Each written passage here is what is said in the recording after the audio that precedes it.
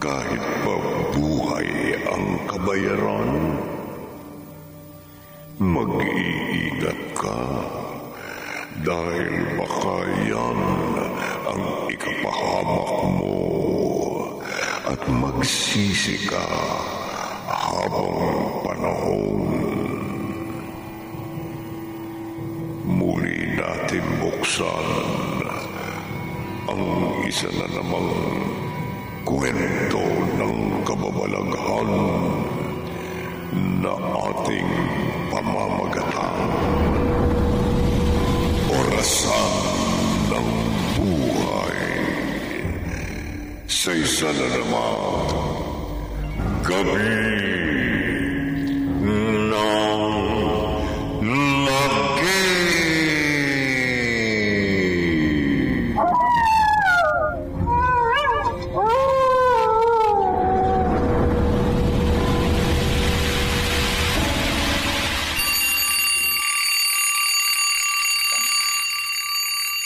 Hoy, Franco, ano ba?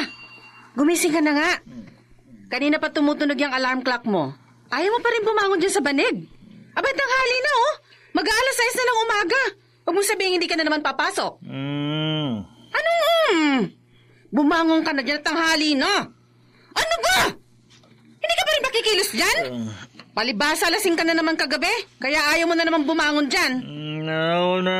Ano ba? Bigil ka na nga. Bilisan mo na. Malilate ka na sa construction. Dapat kasi sa'yo, hindi na naglalasing. Dahil kapag nalalasing ka, naapektuhan ng trabaho mo. Hindi na ako magtataka kung isang araw, bigla ka nalang tanggalin sa trabaho.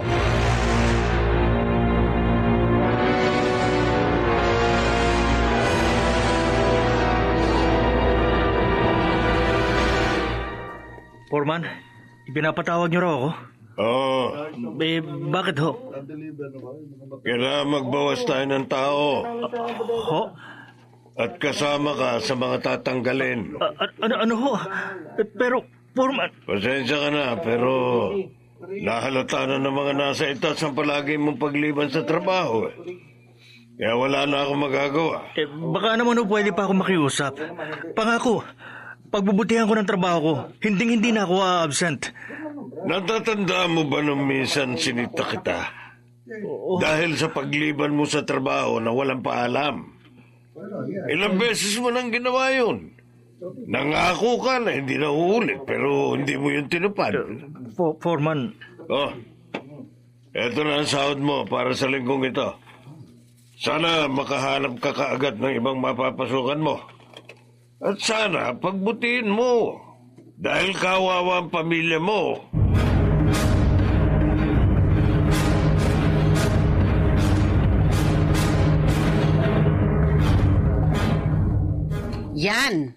Yan ang sinasabi ko sa'yo, Franco. O ano ngayon? Di wala ka ng trabaho. Wala na rin tayong makakain. Kung sana tinigilan mo yung pag-inom-inom mo, sana hindi nangyari ito. Tumigil ka na nga. What? Ikaw may kasalanan kung bakit tinanggal ako sa trabaho. Ano? Ako? Oo. Oy, teka. Bakit akong sinisisi mo sa kapalpakan mo? Dahil nagdilang anghel ka. Kung hindi mo sana sinabing baka tanggalin ako sa trabaho, sana hindi ako inalis. May trabaho pa sana ako ngayon. Kasalanan mo, Magda eh. Kasalanan mo! Ano?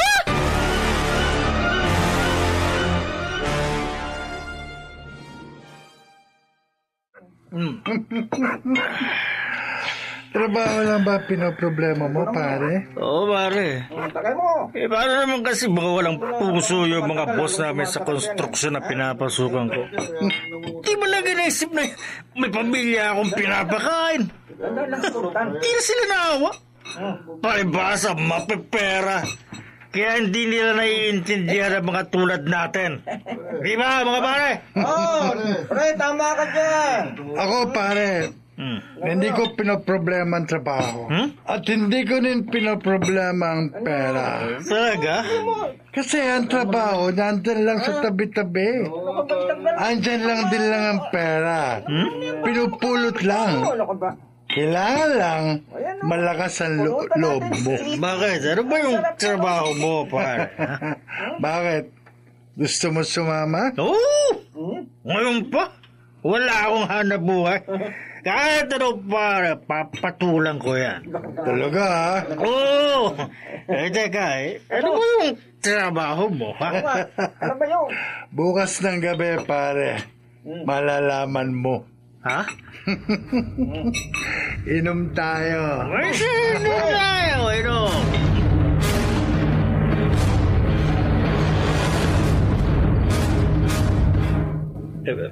Pare, hindi ko yata kaya ito. Kaya mo, pare. Kailangan mo ng pera, di ba? Oo. Saka nangako ka sa akin na kahit na anong trabaho papasukin mo. Ito na yun. Kaya tatagan mo loob mo. Pero... Kaya na. Papalapit na. Sige, handa ka na. Sige na, lapitan mo na. Pare... Pinahintay mo, pare. Sige na. Oo na. Bahala na. Ito na. Huwag kang kikilos ng masama.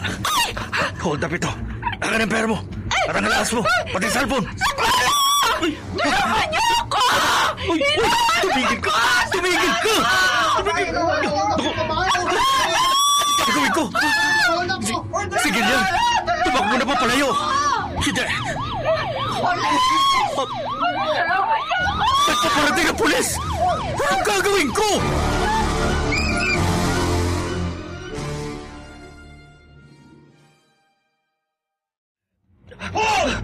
Tigil! Hinahabol nila ako. Bibilisan ko bang pagtakbo? Hindi lang ako dapat abutan. Ayaw mo tumigil ka! Dito pa kayo sa'yo! Binabaril nila ako. Ayaw mo tumigil talaga!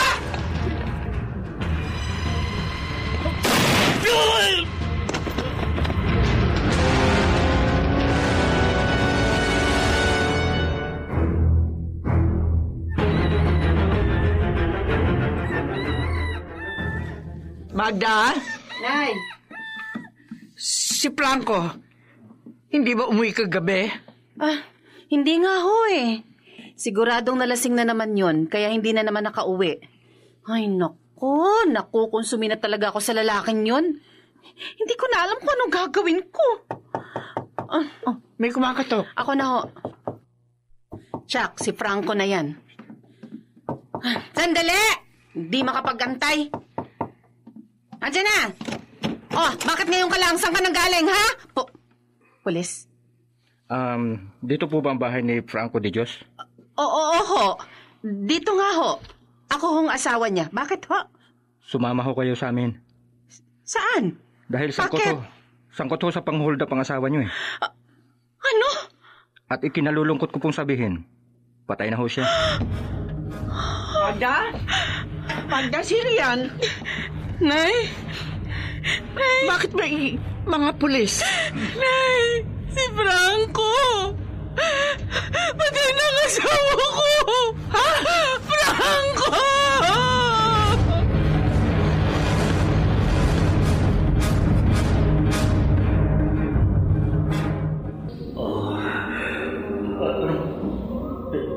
Nasaan ako? Ang init! Ano ka ito? Ano itong mga nakikita mo? Mga taong nasa... Sino? Hindi. Narito ka sa aking kahayaan. Anong lugar ito? At sino ka? Nasaan ako? Patay ka na. Narito ka sa aking kahayaan. Hindi! Hindi!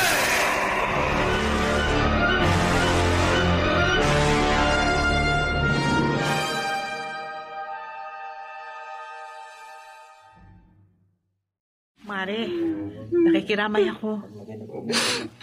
Salamat. Kakalungkot naman ang nangyari sa kanya. Hindi ko akalain na... Nano? Sabihin mo. Tuloy mo, Josie. Mare. Bakit hindi mo sabihin? Na-hold-upper palang asawa ko? Kaya siya napatay ng mga pulis? Mare, huwag kang magagalit. Hindi ko naman sinasadya. Sige!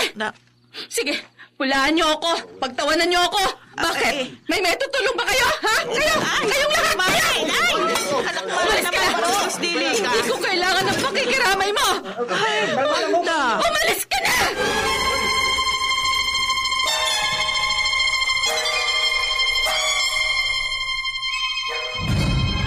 Dapat kasi hindi ka na lang nagpunta ron eh. Napahiya ako. Pinagsisigawan ba naman ako? Pinagtabo yan. Pasensya mo na. Magulo yung isip ng tao eh. Ay kahit na. Aba hindi niya dapat ginawa yun sa akin. Kumari niya ako. Palibhasa. Hulda pa yung asawa niya. Nakakahiya. Baka naman nagipit lang yung tao. Kaya niya nagawa yun. Ay naku, Gilier. Kahit ano pang hirap, kahit gaano kahirap ang tao, hindi niya dapat ginawa yun. Masama yun. Kaya karmang dumating sa kanya. Nadamay pati kanyang pamilya. Josie. Alam mo, bagay lang kay Franco yung nangyari sa kanya. Dahil ang mga tulad niya, ang dapat na mawala sa mundo. Mga problema sa lipunan. Pweh!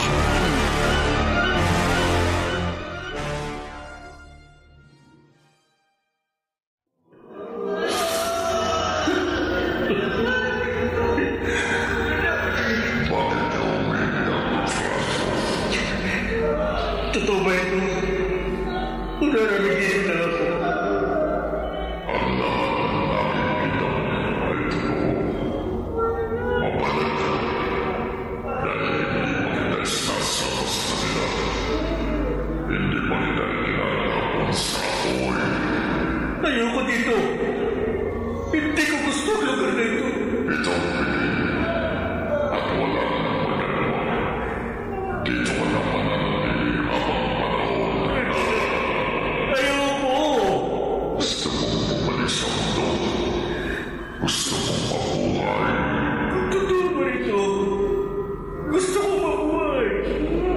Gusto ko pagmakasama ang pamilya ko. Mabibigyan kita. Mabubuhay ka muli. Ngunit may kapalit. Ano ka ulit?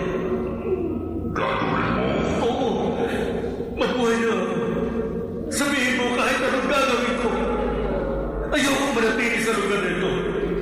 Ayoko dito sa impyerno.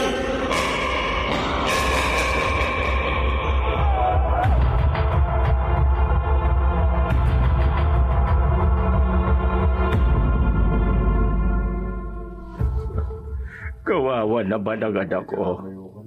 Hindi ko akalain na mangyayari ito sa kanya. Halos lahat naman hindi makapaniwala balae. Ako nga hanggang ngayon nagtataka pa rin. Wala na tayong magagawa kundi tanggapin ang katotohanan. Huldaper ang anak ko at nagbayad lang siya sa kanyang ginawa. Nakalulungkot lang isipin. Sa ganong paraan nagwakas ang buhay niya. Ipagdasal na lamang natin ang kanyang kaluluwa. Siya nga pala si Magda nasaan? Pinagpahinga ko muna. Halos wala pa siyang tulog simula kagabi. Ganun ba? Oo. Kawawa naman siya. Kawawa naman ang pamilya ng anak ko.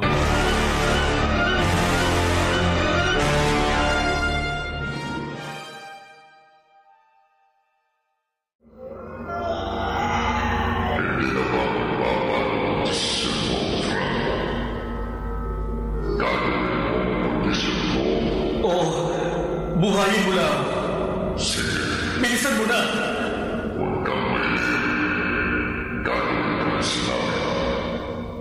May gusto lamang ipakita sa'yo. Nakikita mo ba ang malaking orasan na yun? Oo. Bakit? Ang orasan na yan ay ang buhay mo. Kapag hindi ka lumabas sa kasunduan, hindi na ang paggalaw ng orasan kasabay ang magbibig ng iyong puso. At kapag tumigil yan, o dyan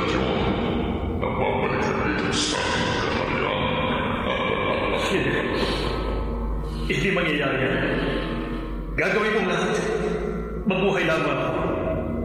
Hindi na ako kailan magbabalik pa sa kasuklam-suklam na lugar na ito. Hindi na, Lucifer. Tingnan natin.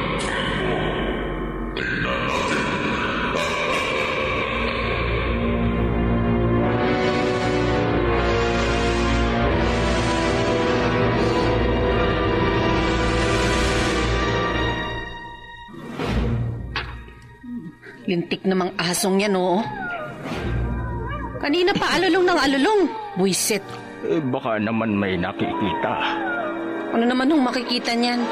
May paniniwala ang mga matatanda na kapag umaalulong ang mga aso, ibig daw sabihin niyan, may nakikita itong mga nilalang sa dilim, maaring maligno, mga ligaw na kaluluwa o engkanto. Ho? Tayo naman. Naniniwala pa kayo sa ganyan? Sa panahon ba namang ito? Magda, kahit sa anong panahon, hindi sila nawawala. Nariyan lang sila sa palipaligid. At kaya umaalulong ang mga aso dahil nakikita niya ito. Ay, nako. Ewan. Basta hindi ako naniniwala sa mga ganyan-ganyan. Hindi ho totoo ang multo, maligno at engkanto. Ano? Magda, ang ataol ni Franco. Anong nangyayari? Buksan niyo ko! Magda. Hindi ako makahinga! Ayun pong composition na. Gagaling sa loob ng ataol. Buksan niyo to! Magda! Si Franco! Siya nga ang nagsasalita. Ang bangkay ng anak ko. Uy, ano nangyayari? Anong ibig sabihin nito? Diyos ko!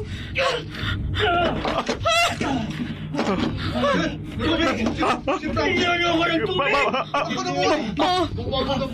Bangko!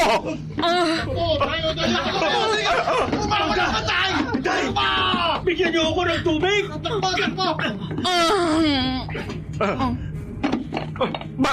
Magda! Nawalan siya ng malay tao!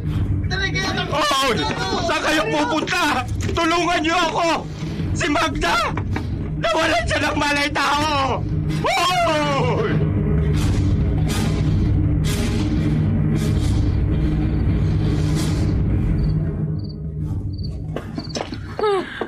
Magda, buhay ako. Hindi patay. Oh, hawakan niyo ako para maniwala kayo. Ayoko. Lumayo ka sa akin. Patay ka na. Huwag ka lalapit. Anak, paanong nangyari? Halos 3 araw kang patay. Paano ka nabuhay at saka naimbalsabo ka na? Imposible. Mahabang kwento, Itay. Bakit? Hindi ba kayo natutuwa na nabuhay ako? May sa demonyo ka yata eh. Magda, huwag ka namang magsalita ng ganyan. Franco, pagpasensyahan mo na ang asawa mo. Nabigla lang siya. Kahit sino naman, mabibigla sa nangyari. Kahit na ako.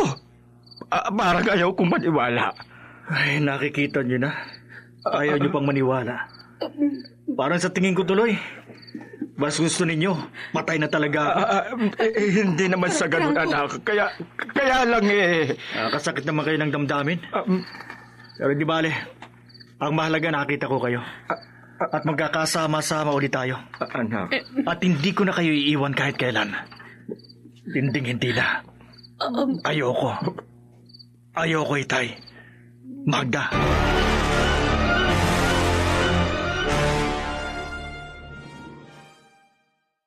Franco, hindi ka ba kakain? Huwag mo sabihing mauupo ka na lamang dyan at panunuorin mo kami. Hindi ako nagugutom, Itay. Kahapon ka pa hindi kumakain ah. Baka magkasakit ka na niyan. Hindi ako magkakasakit, Magda. Huwag mo akong alalahanin. Sige na, tuloy niyo lang pagkain niyo. Oh, Nene, bakit? Bakit biglang umiyak ang apo ko? Baka hindi gustong pagkain. Nene anak, bakit? Halika, susubuan kita. Ayoko sa'yo. Anak? Teka, anong nangyari doon? Natakot siya sa'yo. Ha? Natatakot sa yung anak natin.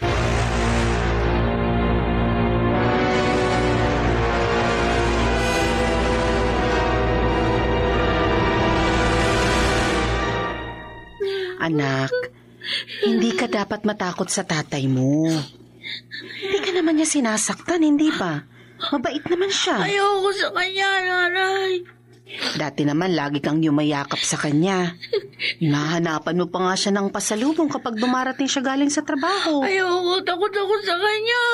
Bakit? Kasi nakita ko siya. Nakita? Opo. Nakitang ano? Doon sa malaking salamin, sa kwarto niyo. Ang tatay, meron siyang buntot at sungay. Ano?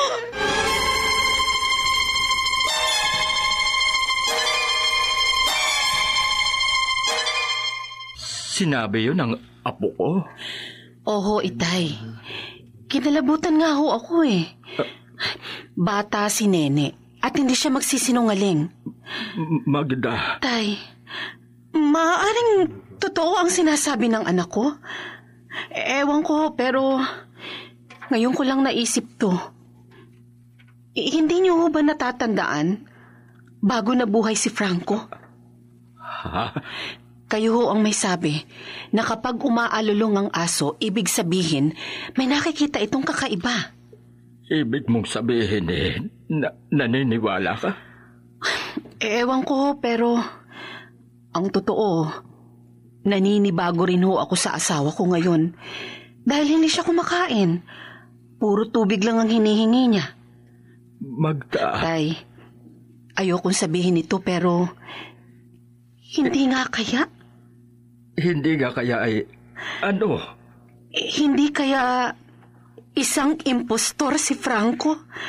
Ang ibig ko sabihin, ang kasama natin ngayon, hindi kaya totoong isa siyang demonyo? Magda, imposible. Kitang-kita natin na bumangon siya sa ataol. Si Franco yun. Ang anak ko. Kaya hindi ako naniniwala sa sinasabi mo. Tay. Magda, buhay ang anak ko. At hindi siya isang demonyo.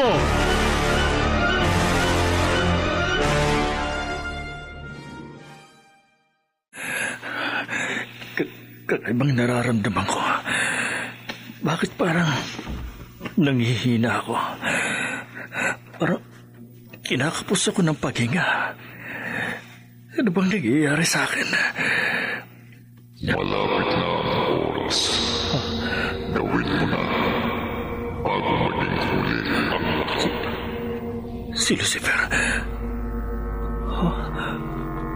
Ang kasunduan. Tama. Ang kasunduan namin. Dapat kong tuparin. Kung hindi, mamamatay ako. Aray. Biglang sumakit ang mukha ko. Ano tong nakakapa ko sa mukha ko? Sugat. May sugat ako at... Ano to? Uod. May lumalabas na uod sa aking sugat sa mukha. Hindi. Malapit na ang oras, Franco. Kailangan matupad ko ang kasunduan namin. Ayokong mamatay. Ayoko!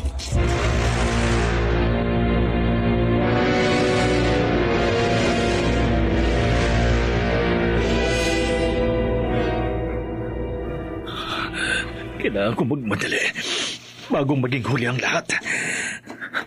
Pero sino? Sino ang taong pipigil ng aking kamatayan? Sino? Alam ko na. Si Gilyar. Tama. Ang traidor na yon. Siya ang uunahin ko. Siya ang magsasalba sa akin sa tiyak na kamatayan ko. Ang hayop na si Gilyar.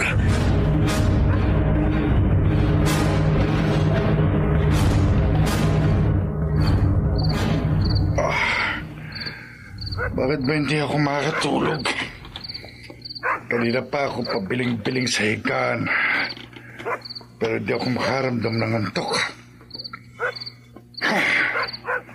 Baka may nakakaalala sa akin. Pero sino naman? Uy, may kumakatok. Sino kayang? Gabing-gabi na eh. Sandali! Sino kayang buwisit na bisita kong ito? Langya naman. Gabing-gabi na eh. Mangi-istorbo ka pa. Madala ha? Kumusta ka? Traidor kong kaibigan. Franco. Halika. Samahan mo ako. May pupuntahan tayo. Marami tayong dapat na pag-usapan.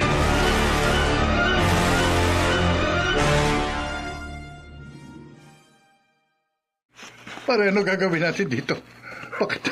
Bakit nandito tayo sa may bakanting lote? Madilim dito, pare. Sana sa bahay na lang. Nag-iinuman na lang sana tayo. Hindi. Gusto ko walang ibang makakita at makarinig sa kung anong pag-uusapan natin.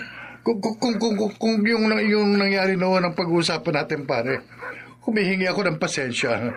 Nagipit lang ako eh. Hindi ko naman gustong gawin yun. Kaya lang, kailangan eh. Sana naman para maunawaan mo ko. Hindi naman pwedeng samahan pa kita sa ganung pagkakataon. Dapat kanya-kanya tayo doon. Yung mga ganun. Pinabayaan mo ako, pare. Kaya ako napatay ng mga pulis. Pare, hayaan mo, babawi ako. Gagawin ko kahit anong gusto mo. Total, nabuhay ka naman, di ba? Makakabawi ka na ngayon. Dahil ikaw ang makakasagot sa problema ko. Talaga? Talaga ibig sabihin na amanos na tayo? Oo. Amanos na tayo. Sabihin mo lang, pare, gagawin ko. Teka. Ano yung nasa mukha mo? Bakit parang may sugat ka at mga... Tama ka. Sugat nga. At mga uod. Ha? Pero ito ay dahil sa kagagawan mo. Ha? Teka. Bakit may kutsilya ka? Ano gagawin mo dyan? Katapusan mo na! Ha, pare? Traidor! Wag! Tama, wag, pare! Wag!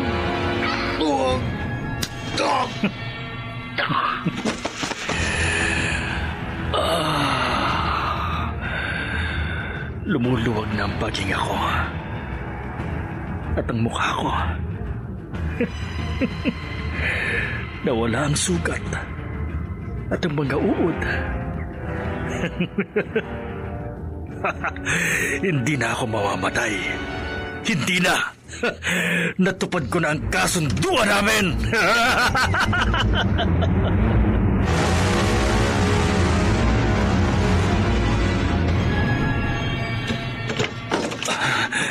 Oh, Franco? Saan ka galing? Nay, sa labas ho, nagpahangin. Wala ka kagabi. Hinanap ka ni Magda. Ha? Saan ka ba nagpunta? Nay. Sagutin mo ko. Saan? Debeng! Ay! Franco! Enteng, bakit? Ano, tumahangos ka? Masamang balita. Ha? Si Gilyar, ang asawa ni Josie, pinatay. Ano? Oo. Sino pumatay sa kanya, Enteng?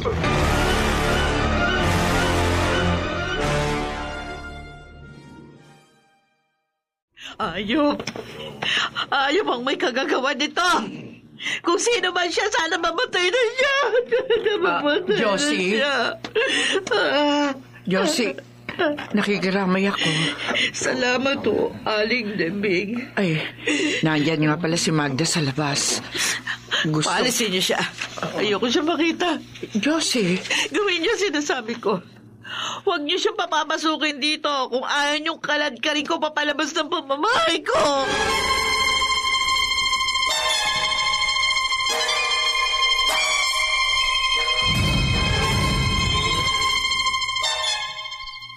Ngayon lang nangyari ito, na may pinatay sa lugar ni na Franco. Oo nga't usap-usapan na masama ang ugali ni Gilear. Pero wala naman siyang seryosong kagalit. Kahit papaano marunong din siyang makisama. May nagbukas ng pinto. Sino? Si Franco. Saan siya pupunta? Bakit nagmamadali siyang lumabas sa ganitong oras na gabi? Baka naman makikipaglamay kay Gilear.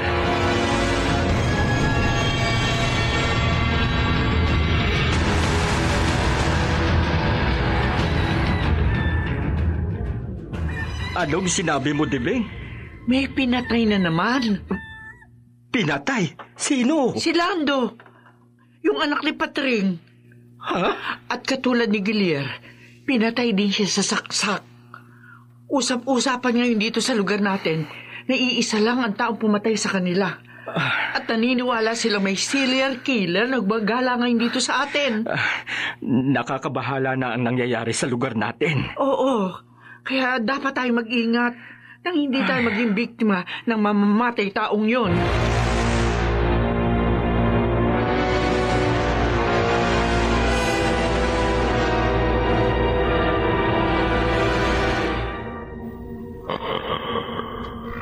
Magaling. Dalawang kaluluwa na nadagdag sa aking koleksyon. Ganyan ka, Franco. Huwag kang titigil. Pumatay ka ng pumatay ng tao. Kapalit ng buhay mo. At mas lalo pang dumami ang mga kaluluwa sa aking kaharian.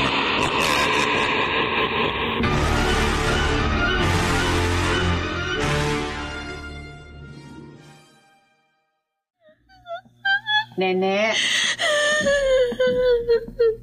Oh, umiiyak ka na naman. Bakit? May masakit ba sa'yo? Wala po. Oy, bakit ka umiiyak? Kasi po si tatay, nakita ko siya kagabi. May dugo. Dugo? Opo. Ano bang dugo ang sinasabi mo? May dugo po sa kamay ni tatay. At may hawak siyang kutsilyo.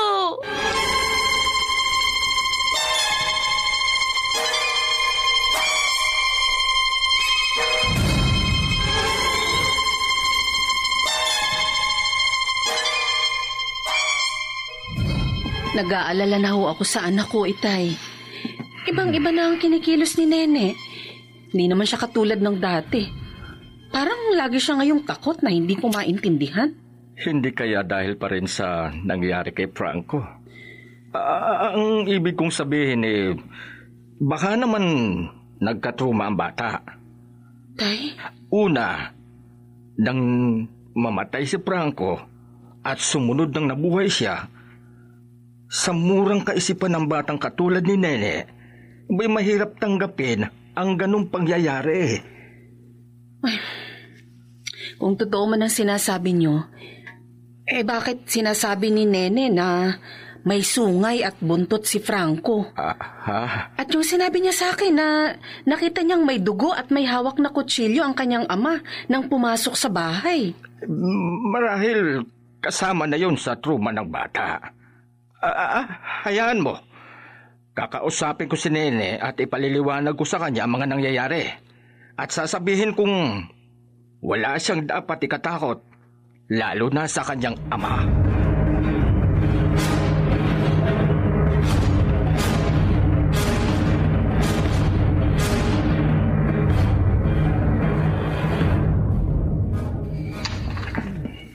Sana naman maunawaan mo ang sinabi ko sa iyo, Nene, ha? At huwag kang matakot sa tatay mo. Ha? Nene? Opo. Sige. Lapitan mo na ang inyong ama. At hayun siya. Sa may bintana. Kausapin mo siya at iakapin mo. Sige na. Opo. Bakit ka tumigil? Sige na. Matutuwa ang tatay mo. Ayoko po. Natakot ako. Nene, saan ka pupunta? Natakot ako. Nene!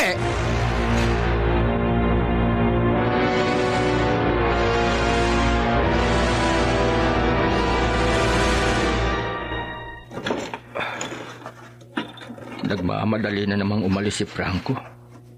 At parang balisa. Susundan ko siya.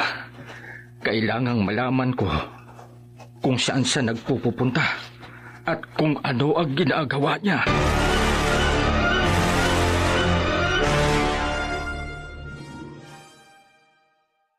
Nasaan na siya?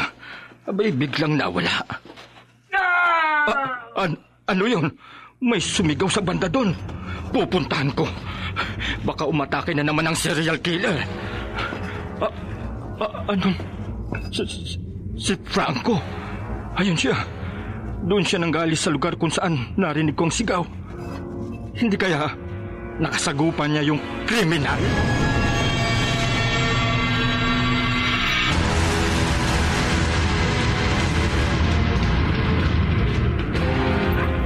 Nasaan kaya si Franco? Wala siya dito sa loob ng bahay. Sana naman kaya nagpunta ang lalaking yun. Bakit pag gabi-gabi na lang palagi siyang umaalis? Baka siya na ito. Sandali! Nandiyan na!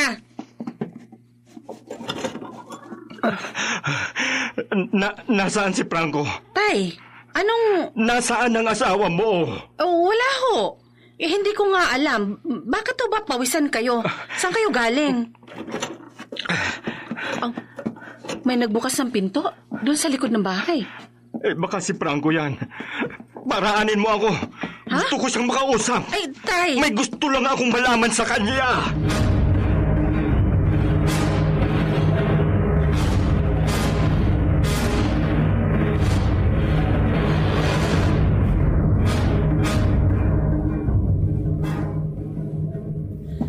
Ano kayang gustong malaman ng itay kay Franco? Lalapit pa ako ng konti.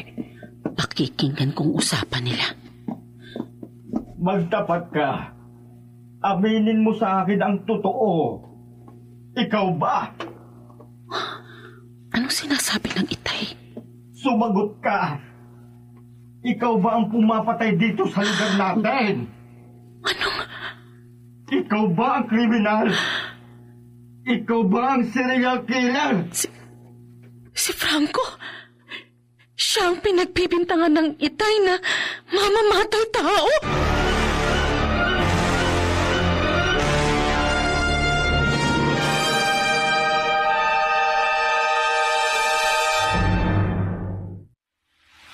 Naghihinala na sa akin ng itay dahil sa nakita niya kagabi. Kailangan mag-ingat ako.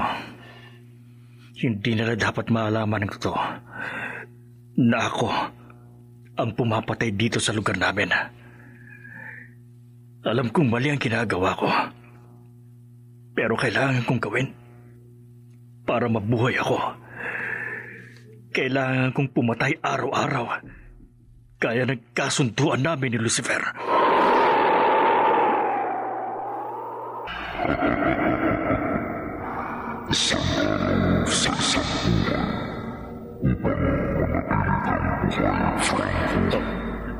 Lucifer?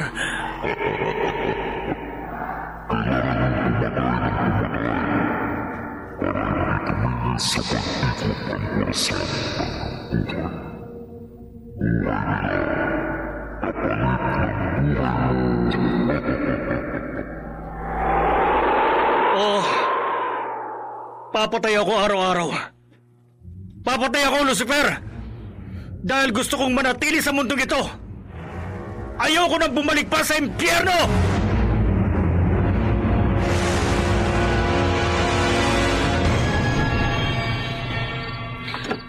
Ayun. Lumabas na si Franco. Susundan ko siya. Gusto kong ako mismo ang makakumpirma kung totoo nga ang binibintang sa kanya ng Itay na siya ang serial killer.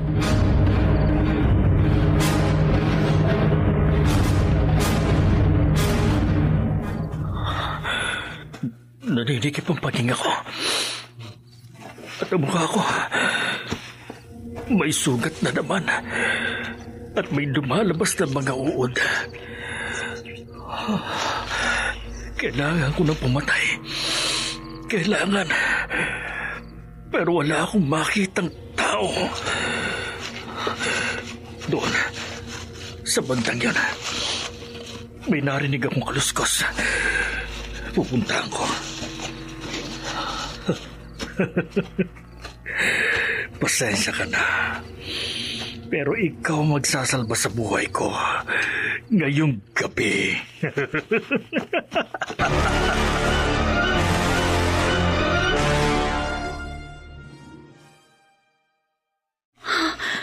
Patungo siya dito sa pinagtataguan ko.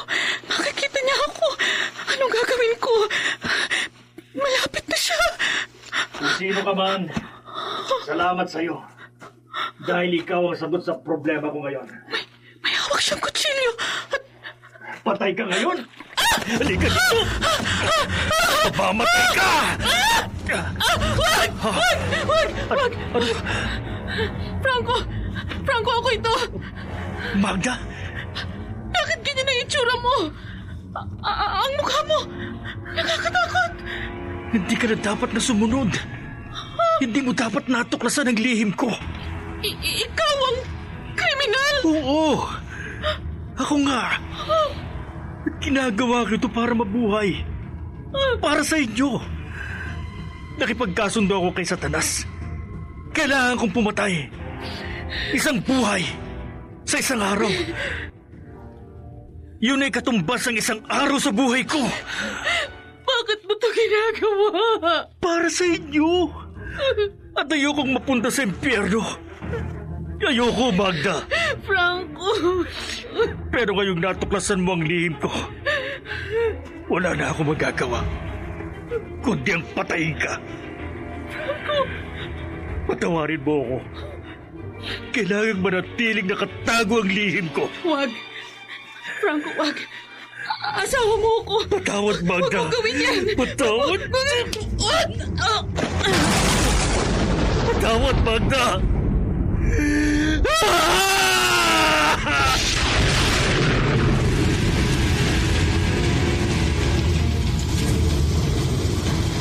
Nasaan kaya si Magda at Franco? Bakit wala sila? Saan sila nagpunta? Ang lakas pa naman ng ulan. Oh, Nene, bakit gising ka pa? Bakit hindi ka pa natutulog? Saan? Tatay. Ha? May kumakatok. Nene, sandali ha. Titingnan ko lang kung sino ang nasa pinto. Baka ang nanay at tatay mo na yan. Nay, buksan yung pinto. Boses ni Magda yun ah. Pero bakit? Sandali! Anak! Sandali! Ah! Magda! Anak! Ano nangyari sa'yo? Bakit duguan ka? Sino may gawa niyan sa'yo? Sino?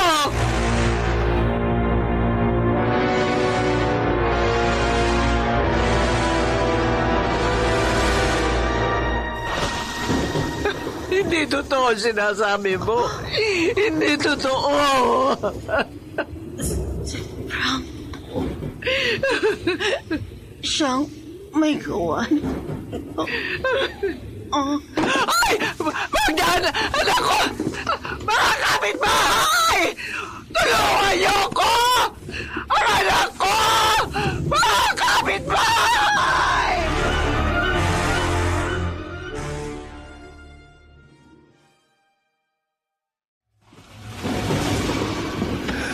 Ano itong nagawa ko? pinatay ko ang sarili kong asawa. Magda, patawarin mo ako!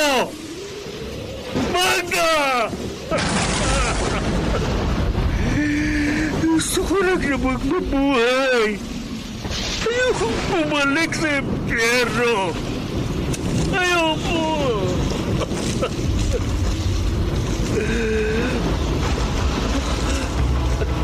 Ano ito? Ang sugat ko. Bakit hindi pa gumagaling? Bakit dumadami at parang naagdas ang katawan ko? Amoy bulok.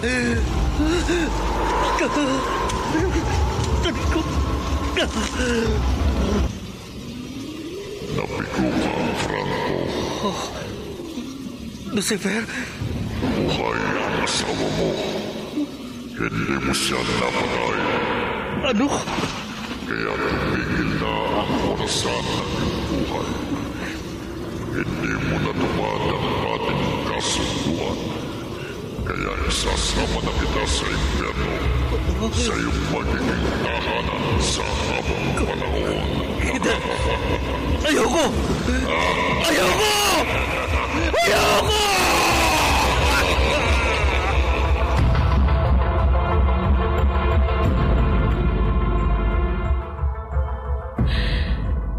Tama lang na ipinasunog ko ang katawan mo, Franco. Para kung sakaling makipagkasundo kang muli sa demonyo, wala ka nang babalikan. Ayokong makasama ang isang alagad ng Diablo. At kung nasan ka man ngayon, sana'y mapatawad ka pa rin ng Diyos. Franco. Magda. Josie. Pwede ba tayong mag-usap? Tungkol saan? Kay Gilier at sa asawa mo. Ha? Nagtapat sa akin ang kaibigan ni Gilier. Kasama niya sa pang-hold up. Josie? Ang asawa ko nagbiyo kay Franco para mang-hold up. Malaking kasalanan ng asawa ko sa inyo. Sana patawarin mo ako sa nagawa ko.